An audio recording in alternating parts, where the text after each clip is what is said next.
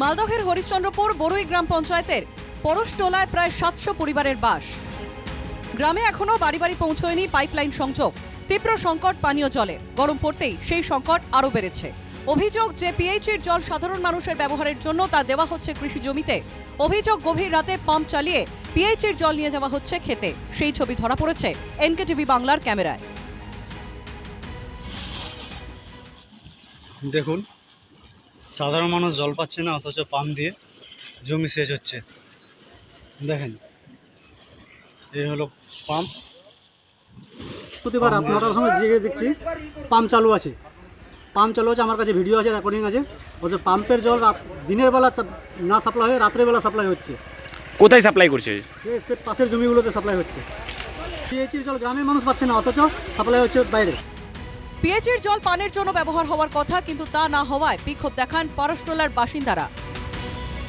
আমাদের pipe connection হয়নি, ওদিকে আমাদের যেন পাইপ কানেকশন করে আমাদেরকে জল দেয়। জলের খুব সমস্যা, জল উঠছে না টিবেলে। টিবেলের জল খাচ্ছিলাম, এখন টিবেলে জল উঠছে না, এখন ওই অনেক দূর থেকে মার্শালতে জল আনতে হচ্ছে। পরশটোলার পানীয় জলের সমস্যা নিয়ে শুরু হয়েছে রাজনৈতিক কাজিয়া। বড়ুই গ্রাম পঞ্চায়েতে কংগ্রেসের দখলে। পরশটোলা গ্রামেও জিতেছেন কংগ্রেস সদস্য। সেই কারণেই তৃণমূলের নেতারা পরশটোলার পানীয় জল দিচ্ছে না, অভিযোগ কংগ্রেসের। যে টিএমসি আমাদের জল থেকে বঞ্চিত করতে চাইছে। হ্যাঁ, মনে হয় আমি এই গ্রাম থেকে কংগ্রেস থেকে জিতেছি বলে হয়তো জলটা আমাদের তার ছাড়ার ব্যবস্থা করছে না, বা আমাদের বড়ুই অঞ্চলের প্রধান আছে কংগ্রেসের। তো সব কিছুর মধ্যে তো তৃণমূল সরকার হচ্ছে তৃণমূলের, সব কিছুর সাথে জড়িত হচ্ছে তৃণমূল কংগ্রেস কাটমানি যেখানে পাবে সেখানটা কিন্তু তৃণমূল কংগ্রেসের খুব তৎপরতা দেখতে পাবেন। আর যেখানটা কাটমানির ব্যাপার থাকবে না, কংগ্রেসকে ভোট দিয়েছে যেহেতু ওখানকার লোকরা, সেহেতু তৃণমূল কংগ্রেস ওটাকে বঞ্চিত করার চেষ্টা করছে পানীয় জলের ক্ষেত্রে। কংগ্রেস ও বিজেপির তোলা অভিযোগকে ভিত্তিহীন বলছে তৃণমূল। যেটা অভিযোগ করছে, মিথ্যা অভিযোগ যে খেতে জল দিয়ে দিচ্ছে, ওটা অভিযোগ ভিত্তিহীন। কারণ যে জল পিএইচি রিজার্ভ পাম্প থেকে জলটা ছাড়ছে, জলগুলো ওয়াশ করছে। পিএইচির জল জমিতে দেওয়ার অভিযোগ অস্বীকার করেছে সংশ্লিষ্ট দফতর। জমিতে না, ওটা টেস্টিং এর জন্য ব্যবহার করা হচ্ছিল।